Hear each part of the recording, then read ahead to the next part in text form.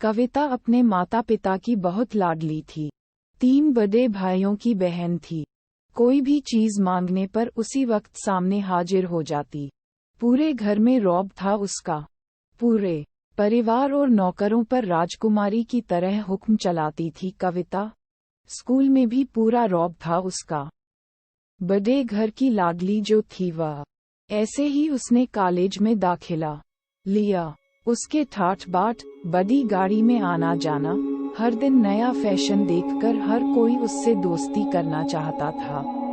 थोड़े ही दिनों में उसके बहुत से दोस्त बन गए। पूरे कॉलेज में उसकी अपनी ही एक पहचान थी। इन दिनों उसके घर एक रिश्ता आया। खानदानी लोग थे और पापा की पुरानी जान पहचान थी उनके साथ। कविता के साथ कोई जबरदस्ती नहीं थी, पर कविता ने फिर भी हाँ कर दी, क्योंकि वह अपने परिवार से बहुत प्यार करती थी। वह जानती थी कि वह लोग उसका अच्छा ही सोचेंगे। लड़के का नाम राज था। राज काफी पढ़ा लिखा और समझदार लड़का था। ससुराल वाले भी बहुत अच्छे थे। ससुराल में कविता की जगह वैसी ही थी जैसी कि मायके में। कोई भी कार्य कविता की सलाह के बिना नहीं होता था। सबकी लाडली बहू बन गई थी वह। फिर उसके घर एक बेटे का जन्म हुआ। राहुल कविता को जान से प्यारा था।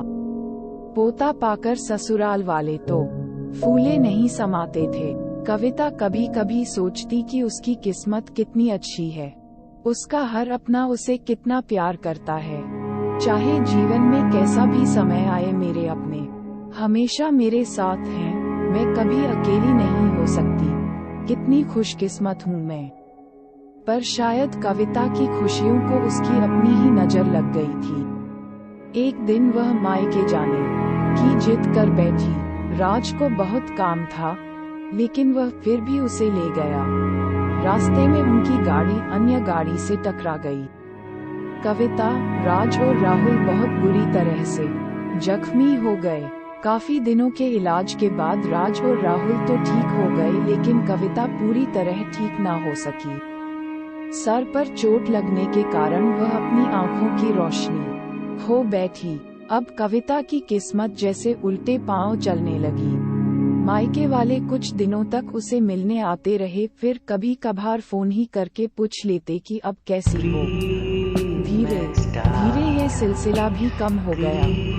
ससुराल वालों की सहानुभूति भी कम होने लगी। घर में किसी को पास बैठने के लिए कहती तो जवाब मिलता, बहुत काम है, अब तुम भी हाथ नहीं बंटा सकती। राज भी चिड़चिड़ा हो गया था।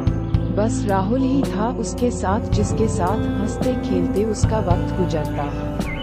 एक दिन कविता के हाथ से कुछ सामान गिर गया, जिसकी वजह से राहुल को हल्की सी चोट लग गई। कविता के सास ससुर ने राहुल को उससे अलग कर दिया कि कहीं उसके ना देखने की वजह से बच्चे का कोई नुकसान ना हो जाए। कविता अंदर से टूट चुकी थी। एक दिन उसने सबके सामने मायके जाने की इच्छा रखी तो राज उसे तुरंत मायके छोड़ आया, जैसे कि वह भी यही चाहता था। लेकिन राहुल को उसके साथ नहीं भेजा गया। कविता कभी राहुल से दूर नहीं रही थी, पर अपनी कमी के कारण उसने ज्यादा बहस नहीं की। कविता को लगा कि वह 3-4 दिन वहां रहेगी तो थोड़ा हवा पानी बदल जाएगा, क्योंकि वह कितने दिनों से कहीं भी बाहर नहीं गई थी। घर वाले भी इतने दिनों बाद उसे देखकर कितने खुश होंगे। कविता के घर पहुंचने पर सब लोग बहुत खुश हुए। खाने में सब कुछ कविता की पसंद का ही बना था। उसने अपने मम्मी पापा और भाई भाभीओं से दिल खोलकर बातें की। उनके छोटे छोटे बच्चे भी बुआ के साथ घुल मिल गए थे। रात को सोने के वक्त जब वह कपड़े बदलने लगी तो उसे पता चला कि उसका बैग तो बहुत भरा हुआ था। वह सब समझ गई। वह बहुत उदास हो गई। कुछ दिनों तक तो सब ठीक रहा, फिर जैसे सब बदलने लगा। सबका व्यवहार बदल रहा था। वह लोग जैसे थक चुके थे उससे। सब लोग घूमा फिरा कर पूछने लगे कि राज कब आ रहा है उसे ले जाने। वह बहाना बना देती। जबकि वह जानती थी कि उस घर में अब उसके लिए कोई जगह नहीं। कविता से चलते वक्त कुछ ना कुछ नुकसान हो जाता। थोड़ी बहुत टोका-टोकी उसे सुनाई देती। वह टाल देती। एक दिन उसके हाथ से लगकर एक कीमती फूलदान टूट गया। छोटी भाभी ने बहुत हंगामा मचाया। कविता के माता पिता रोज रोज के झमेलों से तंग आ गए थे। उन्होंने राज को खुद से फोन कर दिया।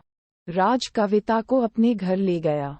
कविता को अपने परिवार वालों से ये उम्मीद न थी जिस कविता के कहे बिना घर में एक पत्ता भी नहीं हिलता था, उस घर के लिए वह अब बोझ बन चुकी थी। राज के साथ ससुराल आते वक्त वह बहुत खुश थी, क्योंकि वह अपने घर जा रही थी, अपने जिगर के टुकड़े राहुल के पास। परंतु ये खुशी भी कुछ पल की ही थी। सारा बंदोबस्त पहले ही किया हुआ था।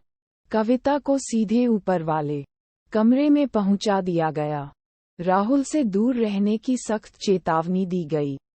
एक कामवाली लता को उसकी जिम्मेदारी सौंपी गई, जो उसके खाने पहनने जैसी जरूरतों का ध्यान रखती।